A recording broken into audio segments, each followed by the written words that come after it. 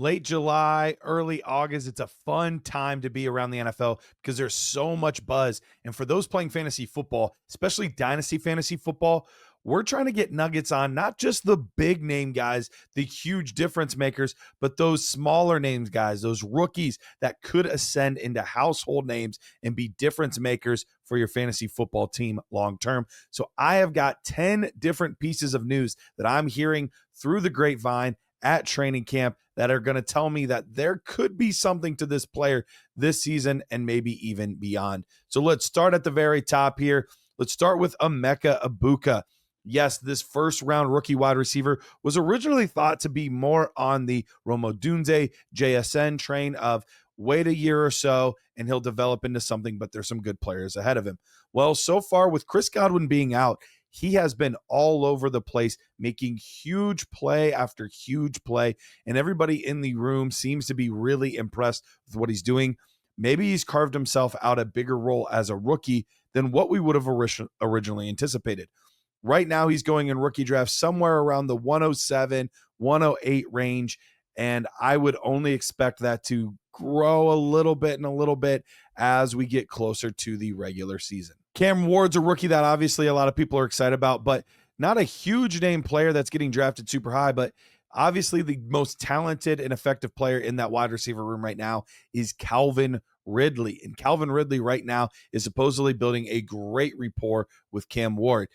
Supposedly he is all over the field. He's a guy that is constantly being targeted, and these two are building something together. One beat reporter even went as far to say, if I have a fantasy league, I couldn't imagine leaving without getting a guy like Calvin Ridley. So take that for what it's worth.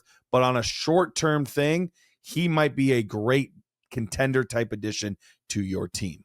One that hasn't been the best news for non-IDP guys, Travis Hunter has actually in the team periods been taking more snaps with the defense than he has the offense so far. Now, a lot of that can still change, and we'll see how things adapt and adjust as we go.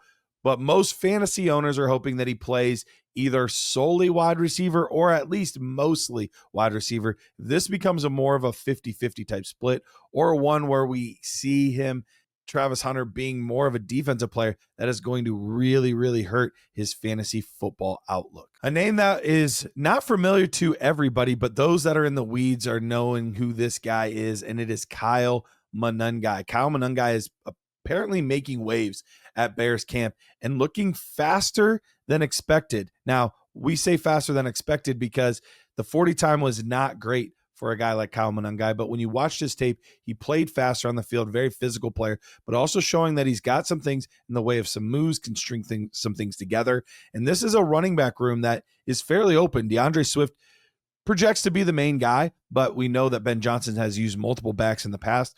We'll see between Roschon Johnson and Kyle Monangi who the other back will be, and if they are truly the two to DeAndre Swift's one, or maybe it becomes the other way around. Speaking of running backs, Tank Bigsby, not Travis Etienne, not the fourth-round pick Bashal Tutin, but Tank Bigsby seems to be the focal point of the running game so far in training camp. It's a player that kind of was forgotten about this offseason, but over the past week or so has really gained a ton of steam, and now he's looking like he might actually be the main focal point in the running game. A player that I always liked, but he is limited as far as receiving opportunities go. So we'll see which one of these other two guys maybe is the real complement to him in this offense. A rookie tight end that I'm really excited about, his name is Mason Taylor, second-round pick by the Jets. When you look at this receiving core right now, it is Garrett Wilson, and then it is a barren wasteland after that. There is nobody in this offense that has really ever regularly seen a lot of targets, not at the tight end position or the wide receiver position. So Mason Taylor could quickly ascend, and apparently he has been the focal point over the middle of the field while Garrett Wilson has been doing a lot of the things on the outside. So we could see one of those maybe Sam Laporta type rookie campaigns where he comes out of seemingly nowhere and is a true fantasy football difference maker. A name that I loved pre-draft, but unfortunately fell a little bit further in the draft than I expected, Mr. Jalen Royals. Apparently, he continues to play with the ones, which has been really, really interesting because when you look at all the receivers on this team, it looked like he could potentially be buried. But there's been times where he's been on the field with the ones while Rashee Rice has actually been on the sidelines. Now, a lot of that could simply just be because they're expecting a suspension to happen, but we're seeing day in and day out different highlights and plays that Patrick Mahomes is targeting him and Jalen Royals making plays. And other players are saying he is a very fast learner, a very smart player. So Jalen Royals could be one of those sneaky wide receivers that's really, really rising up boards. Kenny Pickett has been injured. He's got a bum hamstring, and it looks like his possible week 1 bid at the starting quarterback might be in question. Now, that obviously clears things up for a Joe Flacco, but it also then opens the door to guys like Dylan Gabriel and Shedeur Sanders to potentially be guys that could offer some potential upside in this quarterback room if Joe Flacco starts to falter. It looks like he is the clear favorite to be the week 1 guy, but with a team like this that's projected to be a bottom 5 team this year, it could be all wide open as to who gets the most snaps at quarterback in 2025. We talked some about rookie wide receivers and 3 other guys that have really been turning heads, and it seems like are consistently showing highlight play after highlight play after highlight play. Guys like Jaylin Noel, Kyle Williams, and Dante Thornton, all third-round picks that may not be the biggest names, but are all on teams where they have the opportunity to make something happen.